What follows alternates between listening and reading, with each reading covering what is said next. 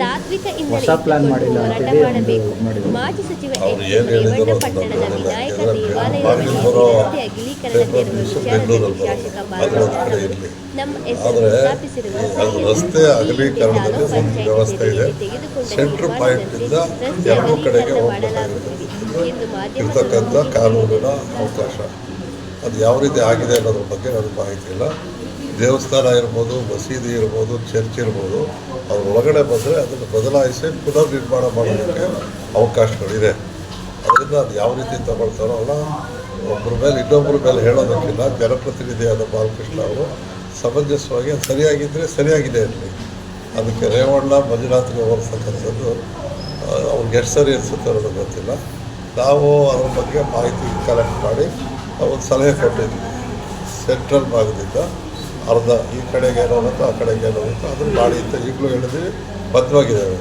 ಮೌಖಿಕವಾಗಿ ಅವ್ರು ಏನು ಹೇಳಿದ್ರು ಅದಕ್ಕೆ ಒಂದು ಕೇಳ್ತಕ್ಕಂಥದ್ದು ಎಷ್ಟು ಸಮಂಜಸವೋ ಅದು ಬಾಲಕೃಷ್ಣ ಅವರಿಗೆ ಅವ್ರು ಹೇಳಿರೋದು ಸರಿ ತಪ್ಪು ಅನ್ನೋದಕ್ಕಿಂತ ನಾವು ಮಾಡಿರೋದು ಸರಿಯಾಗಿದ್ದೇವೆ. ಅದು ಅವರು ಕೂಡ ಈಗ ಅದರಲ್ಲೂ ಬರೀ ಶಾಸಕರಲ್ಲ, ಒಂದು ಅದೇ ಸಂಸ್ಥೆಯ ಅಧ್ಯಕ್ಷರು ಕೂಡ ಆಗಿದ್ದಾರೆ.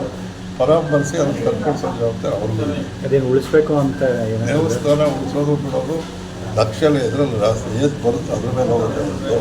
ಅದು ದೇವಸ್ಥಾನ ಇರಲಿ, ಈಗ ಇಡೀ ರಾಷ್ಟ್ರದಲ್ಲಿ ಅನೇಕ ಕಡೆ ಈ ಕೆಲಸ ಆಗಿದೆ. ಇದು ಬರೀ ಮಾಗಡಿ ಅಥವಾ ಕಲ್ಯಾಗೇಟಿನ ದೇವಸ್ಥಾನ ಅಲ್ಲ, ಇವತ್ತು ಪ್ರಸ್ತುತ RSS ಅವರು BJP ಹೇಳುವಂಥ ವಿಷಯ ಅಲ್ಲ.